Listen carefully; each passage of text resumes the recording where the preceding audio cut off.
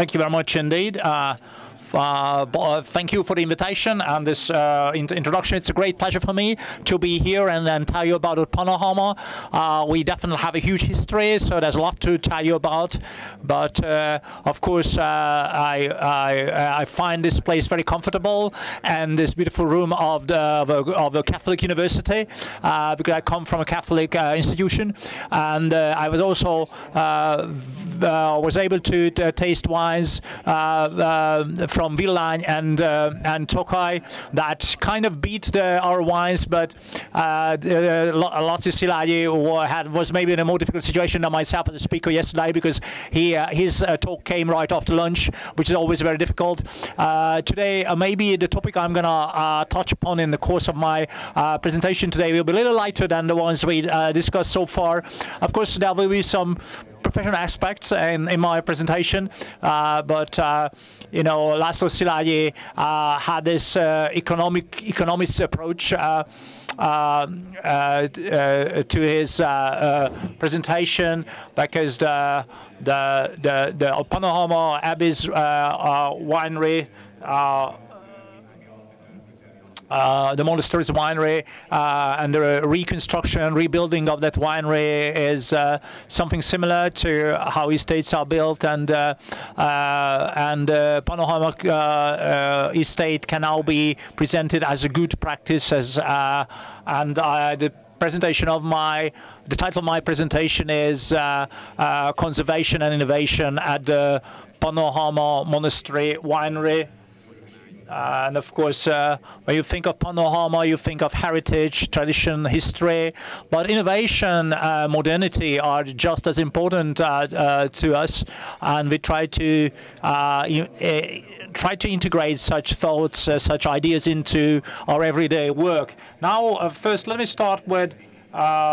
Until 1945, the system worked very differently than what we have today. In Pannonhalma, there was different ways of funding the operation of the abbey, and it was a much bigger estate. There was a much more agricultural operation going on at the abbey. Today, we cultivate grapes. We have 50 hectares, and before 1945, the monastery they had 35,000 hectares belonging to them, and they had forestry. They were growing field crops, fodder crops. It was all in their portfolio, and very few are aware that actually the Balatonfüred spa belonged to the abbey too, and they even bottled mineral water before the 1948.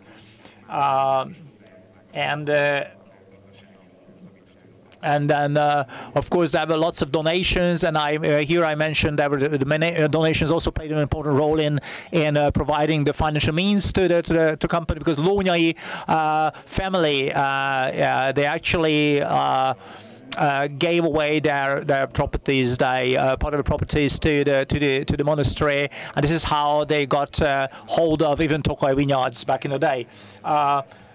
So after the 1990s, only institutions that were institutions of education were given back to the monastery. So these are not profit-making institutions, of course, and of course there are some normative funding coming to the monastery, because of course we carry out like educational activities, and thus the monastery becomes entitled to such funds naturally.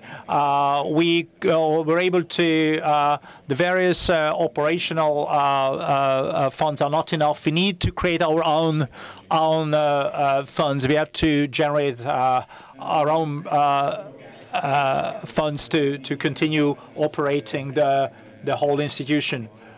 And this slide shows this process. So when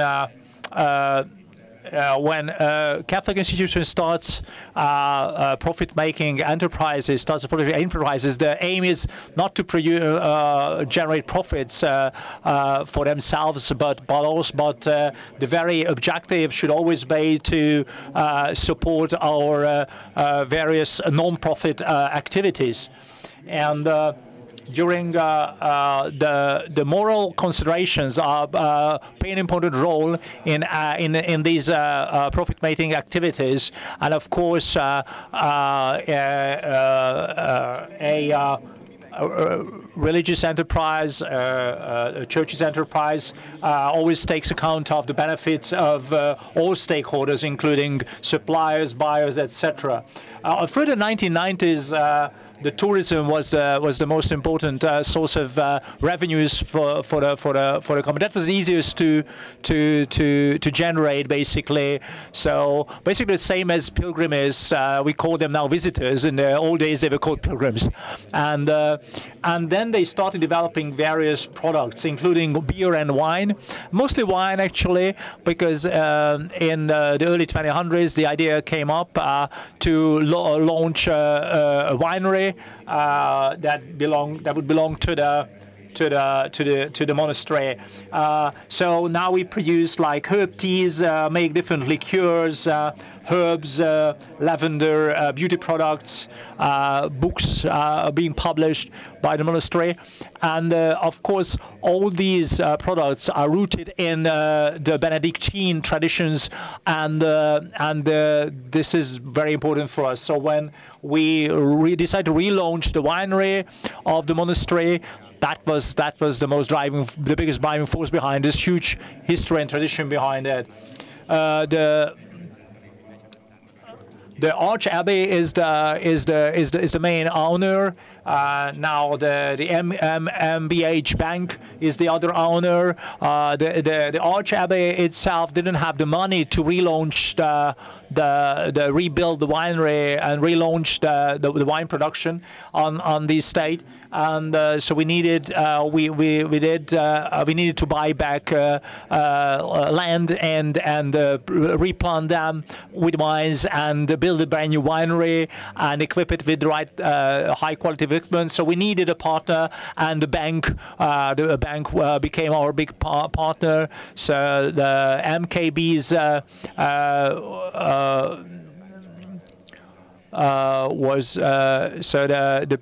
banks, the predecessor of the bank, bank's employees used to come and visit the abbey quite often, because they came to this to take part in religious exercises actually at the winery, at the abbey. So 1906, so the history of winemaking at pannonhalma dates back to 1906.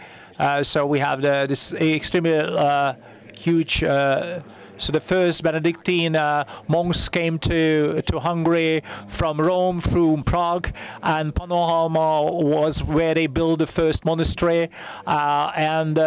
So this is where they decided to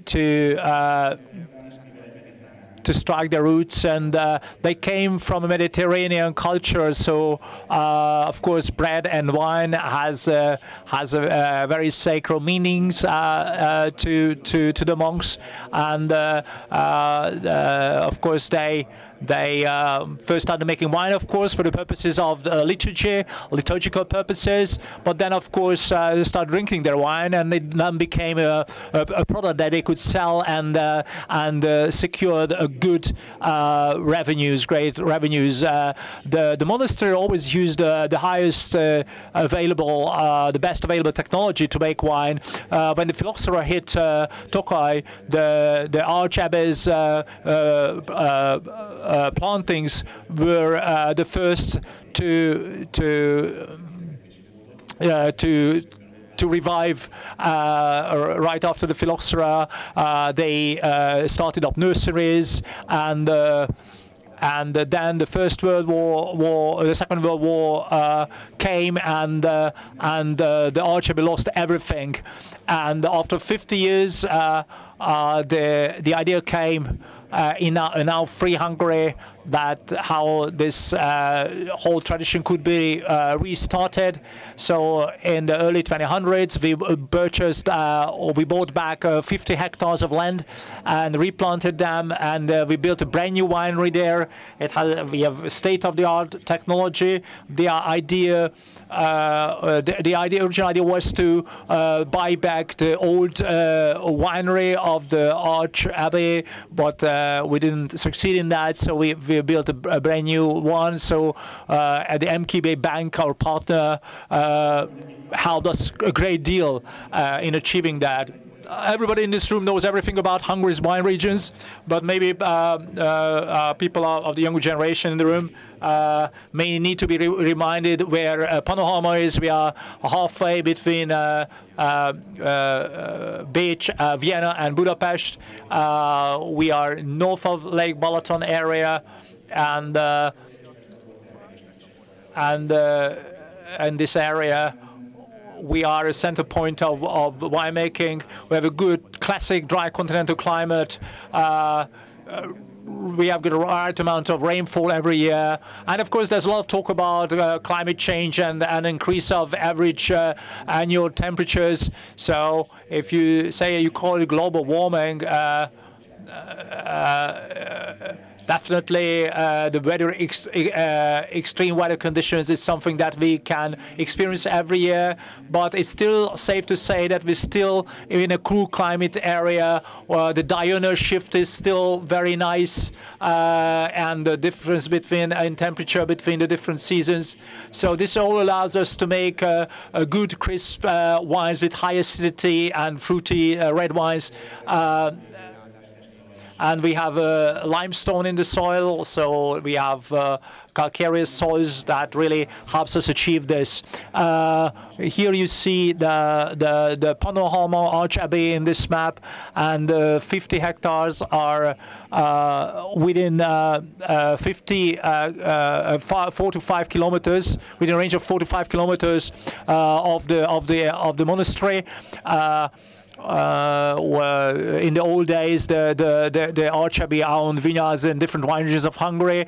Now we have this all the 50 hectares in the vicinity of the monastery, and these are all historical vineyards that we could find historical information on, and we knew from history how good these vineyards were in the past. We managed to buy those back, actually, and we decided to buy those back.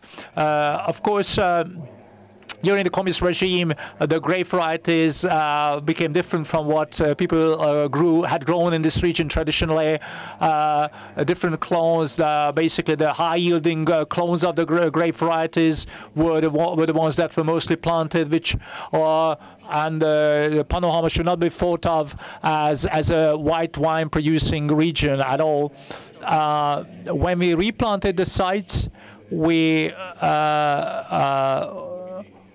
when replanting these sites, we were able to introduce modern training messing, low yield controls. We have more than 50 to 100 vines per hectare, so high density of vines in the vineyards. So this clearly shows that our vineyards are designed to give high quality crop for high quality wines. We are a small wine region with a high variability of grape varieties. Pannonhalma shouldn't be thought of as a wine-producing region. 150 years ago, 50% of the varieties grown in this region were actually red grapes, and another 50% were white. So WWW, Anno, what it means is the Worldwide Benedictine Network. So, and this, back in the Middle Ages, this Benedictine network were allowed this transfer of know-how between the different monasteries in Europe, and they did exchange viticulture and vinicultural knowledge between the different Benedictine monasteries all over Europe. And very often we are asked the question why we're not working with more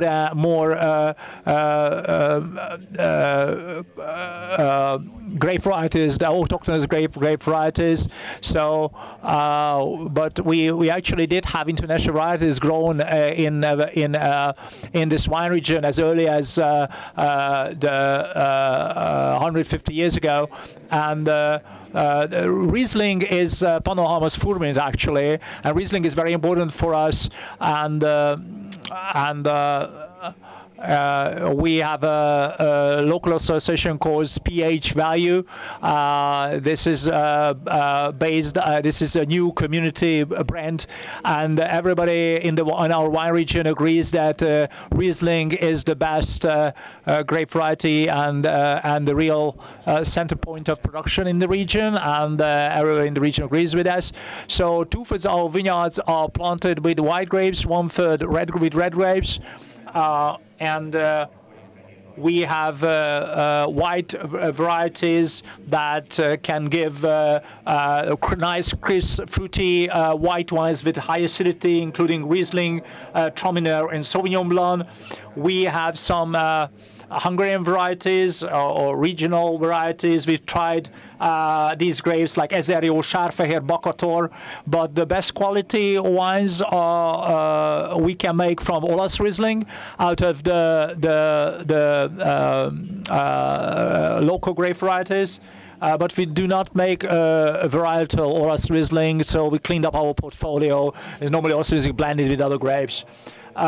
It's also very important for a winery to work with international varieties, because you can always rely on them, and basically the terroir can actually shine through such grape varieties. These are Chardonnay, Pinot Blanc, and all the grape varieties, all the red grape varieties we have are international varieties, including Pinot Noir, Merlot, and Cabernet Franc. Pinot Noir being the most important for us.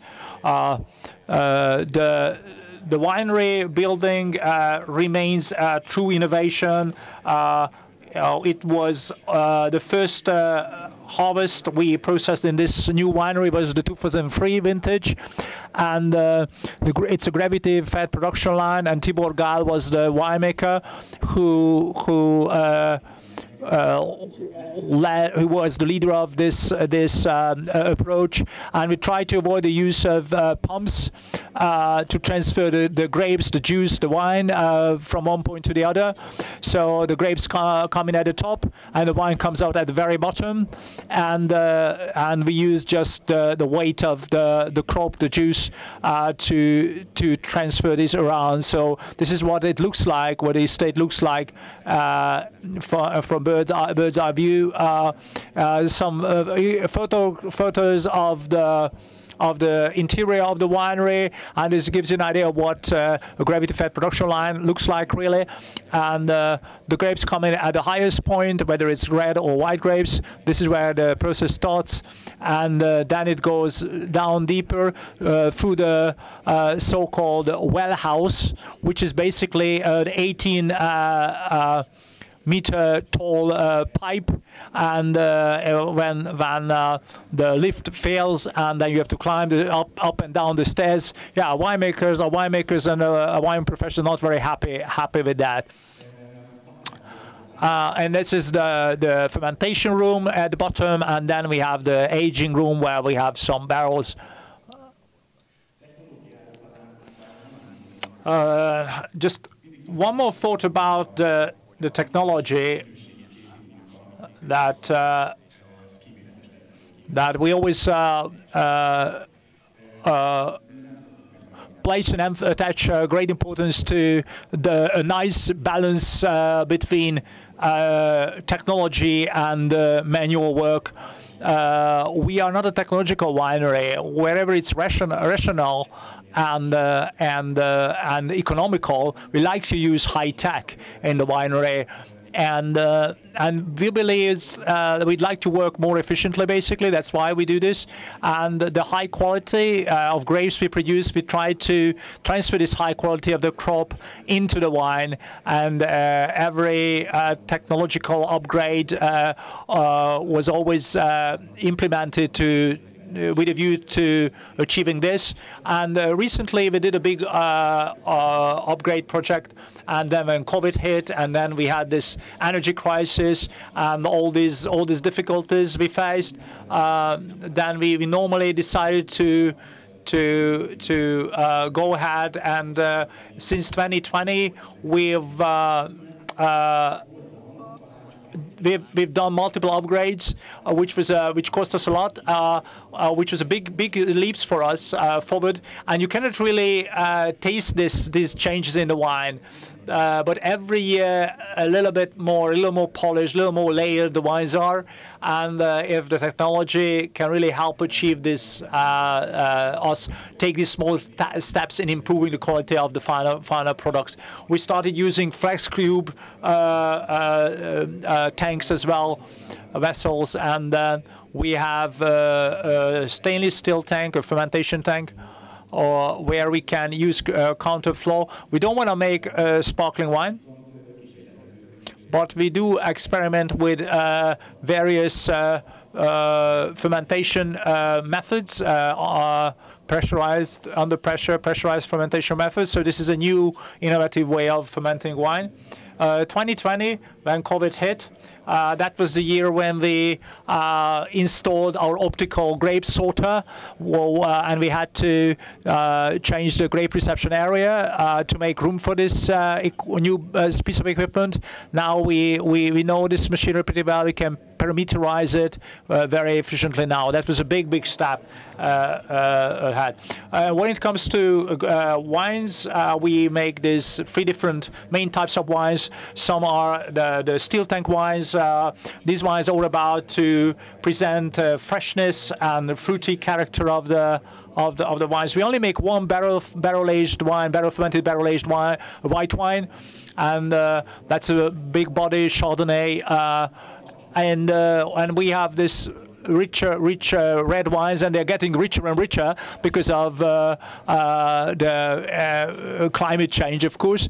And then we have Riesling and Pinot Noir are the leading grape varieties for us in the region. That's how we think about these 2 grape varieties. These are the top of these give the top of the range wines for us. We have a portfolio of 12 different wines, and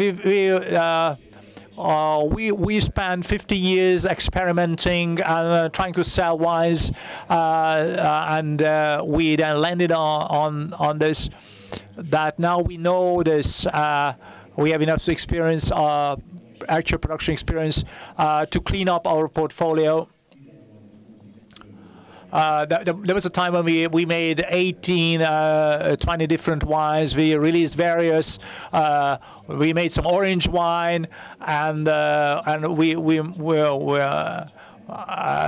pannonhalma archabbey. We had to give a presentation on orange wine. We will never be an orange wine producing region, definitely. So we stopped making such wines, but that was a good experience, so to say. But we stopped making such wines, and we tried to. This slide is supposed to show you the classification or the hierarchy of the wines. Maybe hierarchy is not the right word to how we think about this. And we didn't want to create a pyramid, a product pyramid. We decided to separate the wines into varietal wines and blends. And in both categories, we have a classic and a premium tier. And basically, this is how we have 4 different product groups. It was very important because when we changed the image of the winery, when we made before that that was like we have 18, 20 wines. We have you could see lots of different wines, and they were not differentiated. They were not clearly. So we had to unify the brand and the brand design, and we wanted to create this. So if you have 18, 20 different wines, consumers really struggle to understand that, and even wine merchants struggle to understand such a complex portfolio. 10 to 12 wines are not too many. It's still a little too many. I think we need some little more cleanup in the future, but I think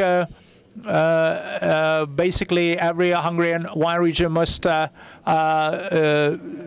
down this path, and we are on the way towards further simplifying our product range. And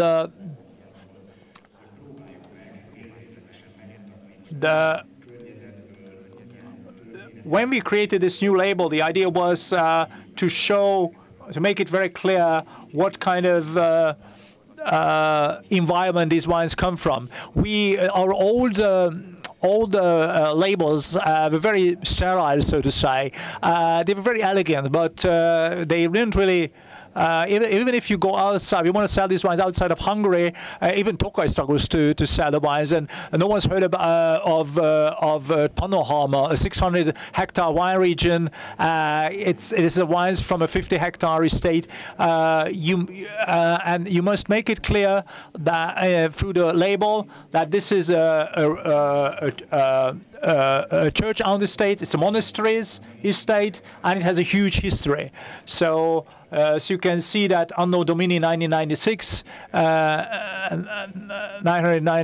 was there, and well, that was a wine fair out in France, and a French gentleman came up to us and told me that we messed up the label because he thought we left off a one from 996, but they thought.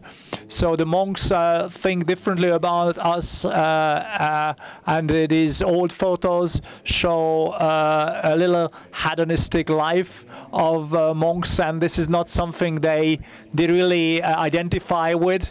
But I've been living and working with these guys for 20 years now, and all these impressions make it clear to help wine consumers identify with monks who are just human beings, and they enjoy the same things. They like clean glasses of wine together. And if you take a Hamina white, a Hamina red, you should be able to see the same thing and enjoy the same thing that the monks enjoy. And Hamina is basically the unit of measurement of wine consumption for monks. It's the daily maximum wine consumption was regulated through the Hamina. This was the unit of measurement, and here the images are on the label of the two Hamina wines. You see monks playing cards, and in the other label they're drinking wine. So here, here you can see the image of the medal that was issued to celebrate and commemorate the 1000th anniversary of the foundation of the archabbey. And the Tricolis wines have these three. Here's a little difficult to see that you have the three hills, and over it is the Virgin Mary, the patron saint of Hungary, and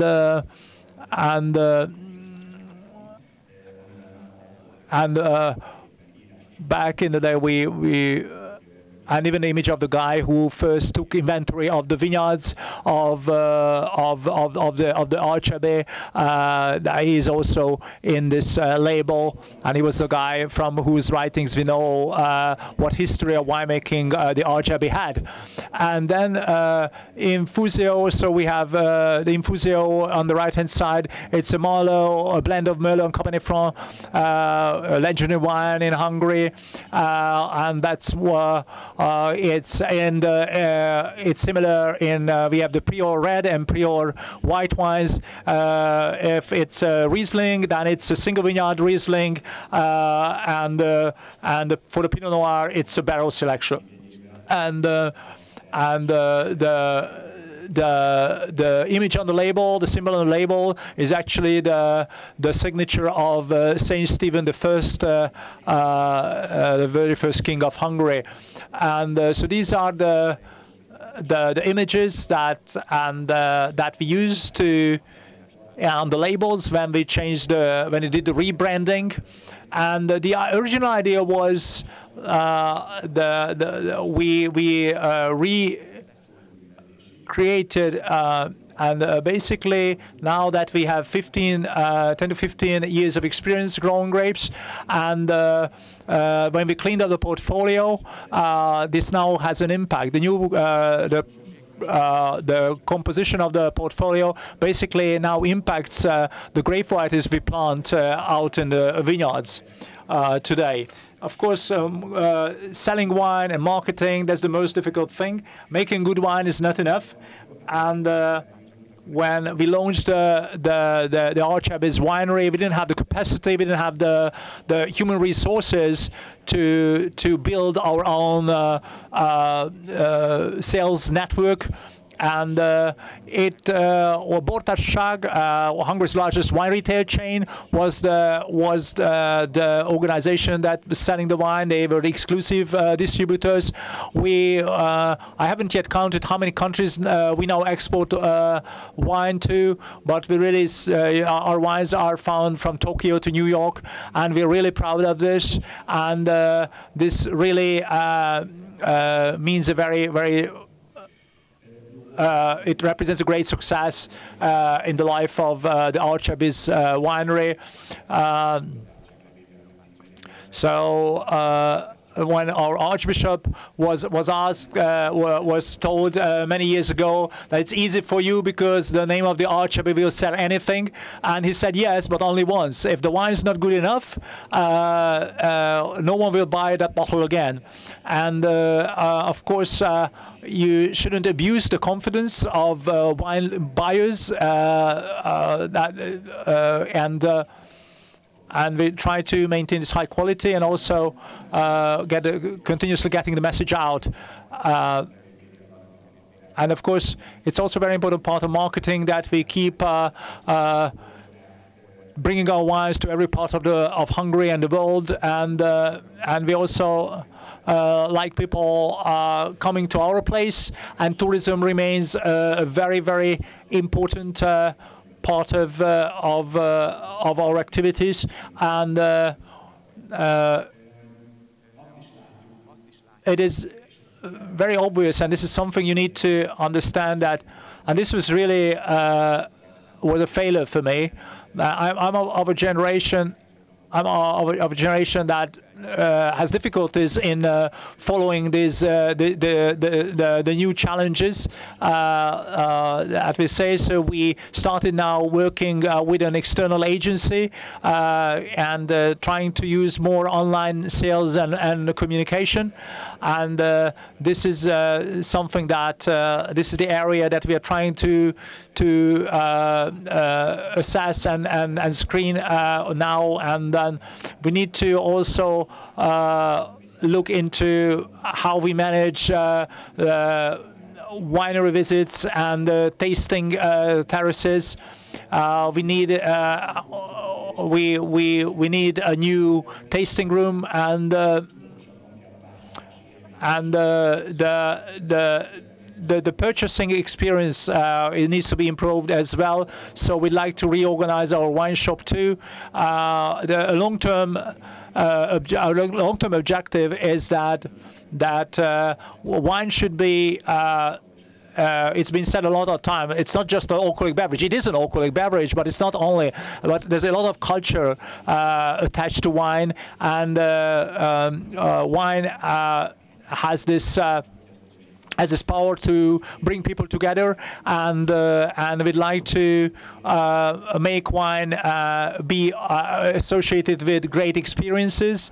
We have a gastro and wine garden project, and this is aimed at involving the botanical garden, some 15 hectares there.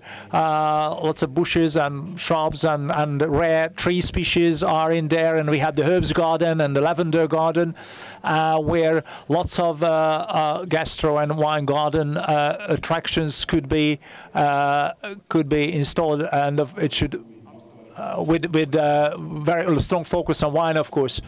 And the fact that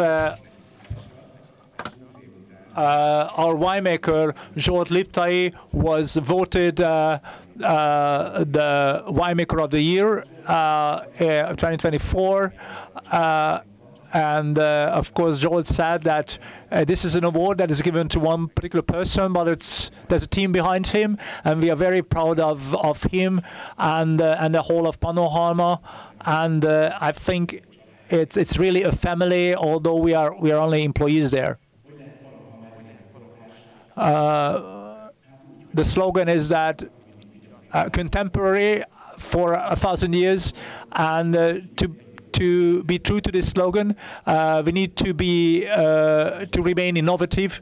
And you could the previous slide was I think. As this award clearly shows that how much we've achieved in the past now 25 years. We don't want to increase the 50 hectares further. This size is perfect for us. It's a rational size of an estate. And this all goes back to Tibor Gál. We are bigger than the average family-run estates that normally cultivate 10 to 20 hectares. We don't want to grow bigger or going over 100 hectares or something. 50 hectares is enough. We can still keep everything under control from grape growing to marketing, the whole process.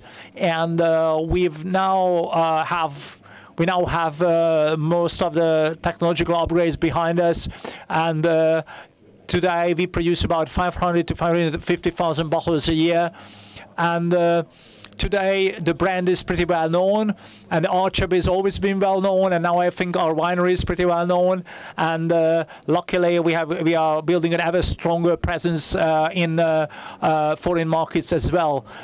Tradition is not against innovation, and when we asked this graphics design studio to rebrand and redesign our labels, and this guy Cordula told us that told me that post-communist countries, it's very typical that when you want to do a change, you basically burn everything up behind you. So Pannonhalma is all about tradition. It shouldn't try to be too modern. It should try to save and continue showing these traditions. You need to write the modern devices. You have a modern way of presenting traditions. You have to make traditions contemporary, and this is how Pannonhalma can stay a contemporary for another 1,000 years. I have a quote here from Tibor Gál, and he said that I trust that that honest and nice work will bring us good wines. Based on the past, we are looking into the future. Thank you very much for your attention.